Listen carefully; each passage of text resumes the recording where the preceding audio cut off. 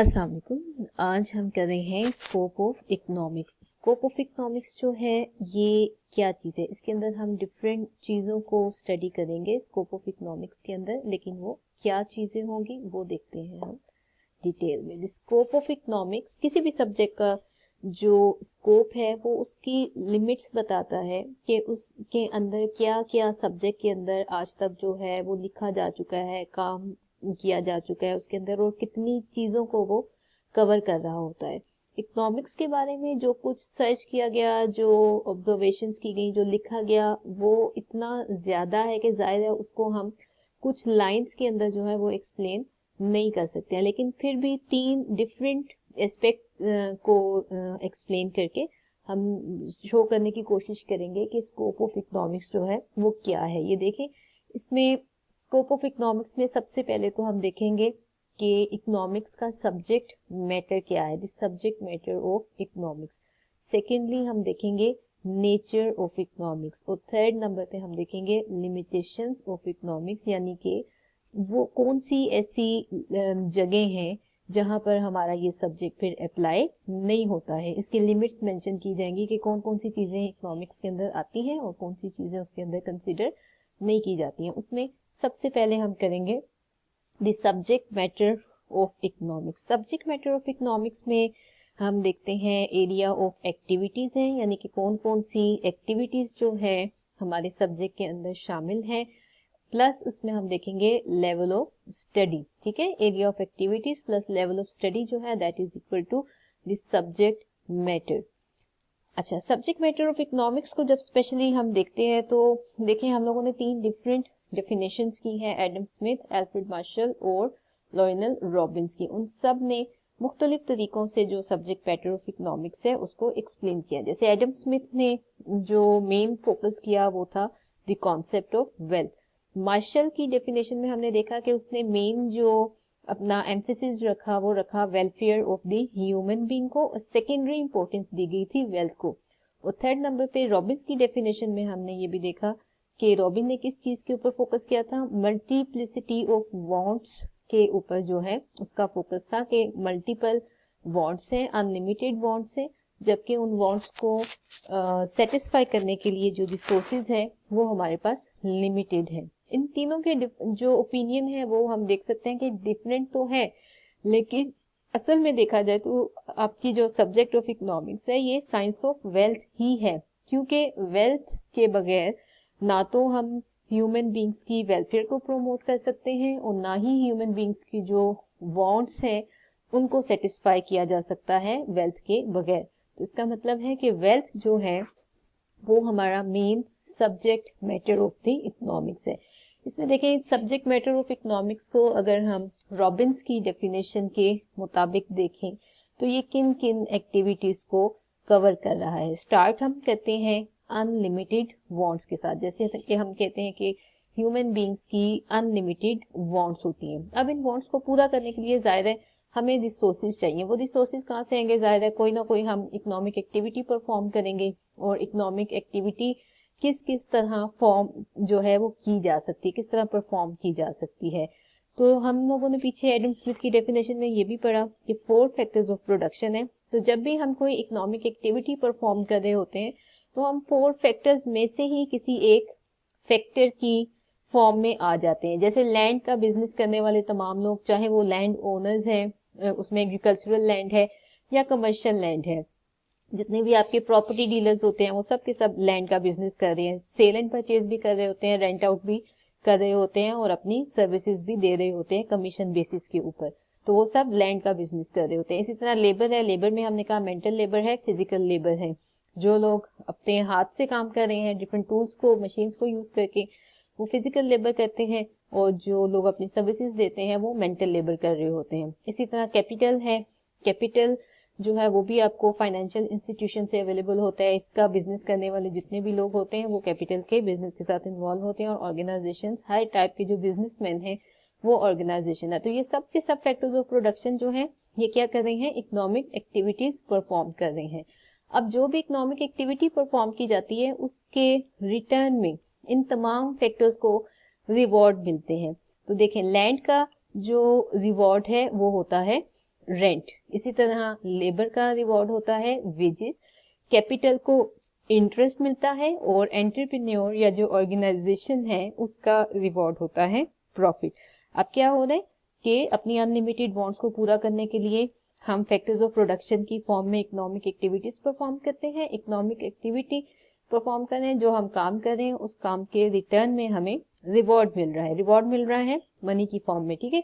तो वो जो मनी है फिर उससे हम क्या करते हैं, उससे हम अपनी जरूरत की जो चीजें हैं, गुड्स एंड सर्विसेज हैं, उनको एक्वायर करते हैं, ठीक है। और गुड्स एंड सर्विसेज जो है ये रियल रिसोर्सेज की फॉर्म में होते हैं। इन चीजों को लेके हम क्या करते हैं, ज़ाहिर है हम उन चीजों को कंज्यूम करते हैं। जब चीजों को कंज्यूम करते हैं तो हमें सेटिस्फेक्शन मिलती है।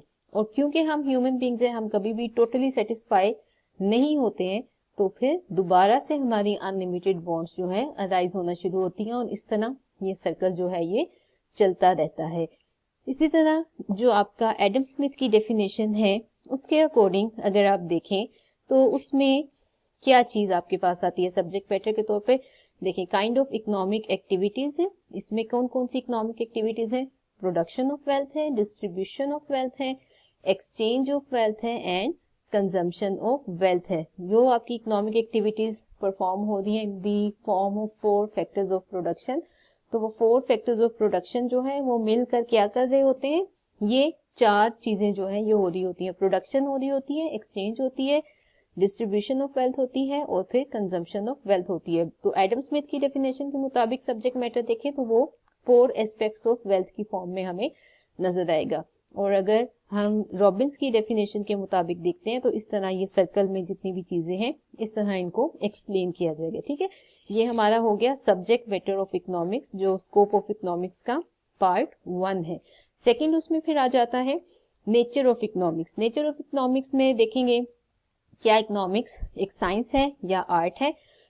और साइंस जो है इसमें हम कहेंगे कि इकोनॉमिक्स साइंस भी है और आर्ट भी है। साइंस की फिर फर्दर 2 आगे टाइप्स हैं, एक पॉजिटिव साइंस है एंड नॉर्मेटिव साइंस है। इकोनॉमिक्स जो है वो ये सब कुछ है, साइंस भी है, आर्ट भी है, पॉजिटिव साइंस भी है और नॉर्मेटिव साइंस भी है। वो कैसे, इकोनॉमिक्स जो है उसमें अगर हम कहते हैं कि इकोनॉमिक्स एक साइंस है तो वो इसलिए कहते हैं क्योंकि एक सिस्टमेटिक नॉलेज हमें प्रोवाइड करती है जो कि हम डेली अपनी ऑब्जर्वेशन से, एक्सपीरियंस से डिराइव कर रहे होते हैं इकोनॉमिक लॉज को, ठीक है। इसलिए हम कहते हैं कि इकोनॉमिक्स जो है वो एक साइंस है। लेकिन इकोनॉमिक्स जो है प्योर एंड पॉजिटिव साइंस, हम कह तो देते हैं कि वो लॉज उसके अंदर होते हैं और वो सारे के सारे जो हैं डेली लाइफ की ऑब्जर्वेशंस और फैक्ट से डिराइव किए गए होते हैं, तो इकोनॉमिक लॉज जो है वो फैक्ट ही होते हैं। लेकिन इकोनॉमिक लॉज जो है वो उतने ज्यादा परफेक्ट नहीं होते हैं जितने कि हमारे प्योर एंड पॉजिटिव साइंसेस के होते हैं। पीछे हमने एक पहले भी ये डिस्कस किया था कि पॉजिटिव एंड प्योर साइंसेस कौन सी होती हैं, जो कि लेबोरेटरी में प्रूव्ड फैक्ट्स को शो करती हैं। फिजिक्स है, केमिस्ट्री है या मैथमेटिक्स टाइप की जो चीजें, जैसे 2+2 को मैं कहूंगी कि 4 है तो वो आज से 100,000 साल के बाद भी 4 ही रहेगा, उसके अंदर किसी किस्म का कोई चेंज नहीं आएगा।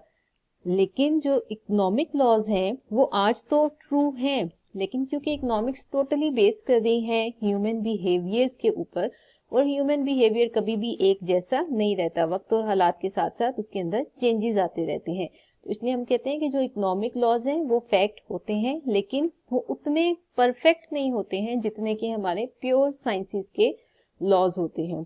इसके अलावा साइंसेस की भी 2 काइंड्स हैं, उसमें एक पॉजिटिव साइंस है। पॉजिटिव साइंस अगेन वही कि जो फैक्ट से रिलेटेड होती है, और नॉर्मेटिव साइंस है। इकोनॉमिक्स एक पॉजिटिव साइंस कैसे है, अगेन वही चीज के लॉज जो हैं डिराइव किए गए होते हैं जनरल अपनी डेली लाइफ में से, तो वो पॉजिटिव फैक्ट्स ही होती हैं। नॉर्मेटिव साइंस क्या है, नॉर्मेटिव साइंस एक ऐसी है जिसमें आप अपना ओपिनियन जो है उसको शो करते हैं।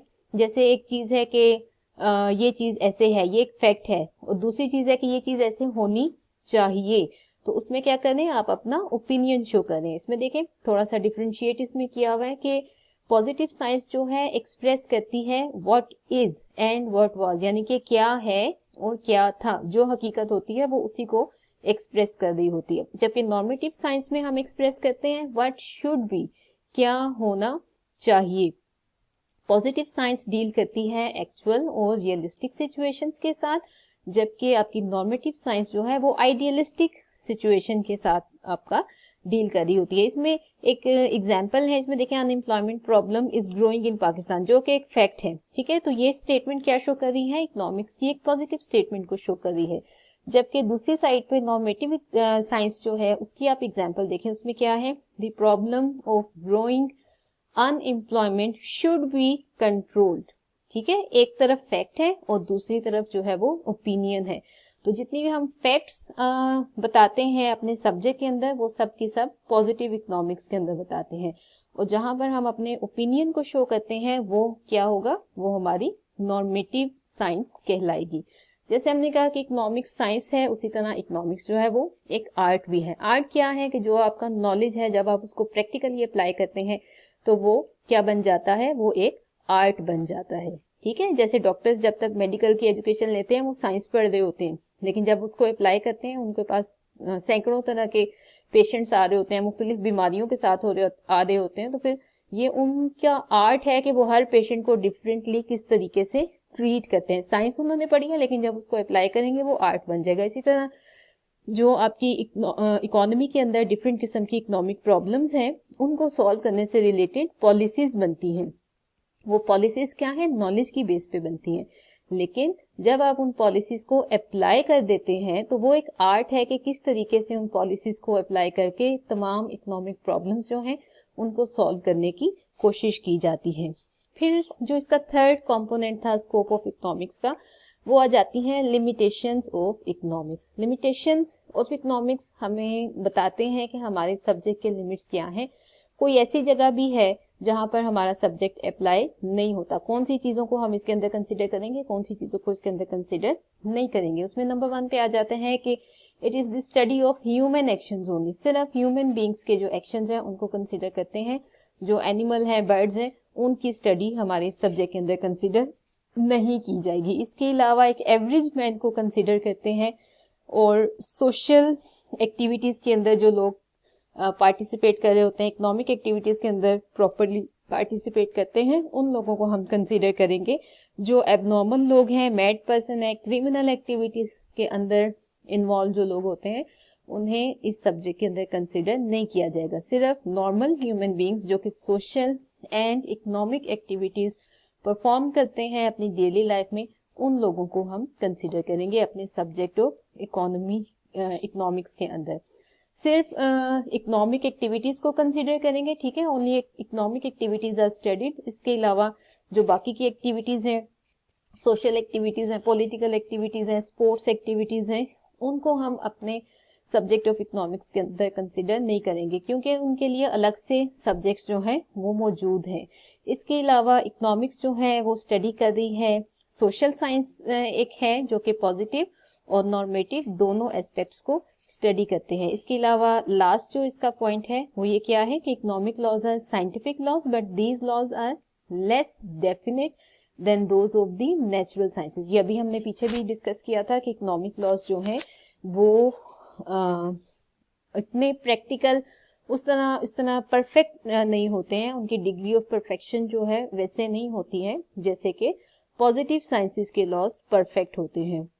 क्यों, उसकी रीजन क्या थी कि ये इकोनॉमिक लॉज जितने भी हैं वो सब के सब लोगों के बिहेवियर के ऊपर डिपेंड कर रहे हैं, और लोगों का बिहेवियर वक्त और हालात के साथ साथ जो है वो चेंज हो जाता है। लोगों की लाइक्स एंड डिसलाइक्स चेंज हो जाती हैं। जरूरी नहीं है कि जिस तरह वो आज एक्ट कर रहे हैं मुख्तलिफ चीजों से रिलेटेड, वो आज से साल के बाद भी वैसे ही रिएक्ट करेंगे, ठीक है ना। तो इसमें आज हमने 3 चीजें की हैं स्कोप ऑफ इकोनॉमिक्स के अंदर। नंबर 1 पे क्या था, सब्जेक्ट मैटर ऑफ इकोनॉमिक्स था। दूसरे नंबर पे था नेचर ऑफ इकोनॉमिक्स, और थर्ड नंबर पे क्या है, थर्ड नंबर पे है limitation of economics. Subject matter के अंदर हम कहते हैं एक्टिविटीज क्या क्या शामिल होती हैं और किस लेवल तक उनको स्टडी करना है। दूसरी चीज नेचर ऑफ इकोनॉमिक्स के अंदर हम देखते हैं कि क्या इकोनॉमिक्स एक आर्ट है या साइंस है, वो भी दोनों हमने किए। और फिर लास्ट में हमने की है लिमिटेशंस ऑफ द इकोनॉमिक्स। तो ये तीनों चीजें जो हैं ये हमारे स्कोप ऑफ इकोनॉमिक्स के अंदर पढ़ी जाती हैं।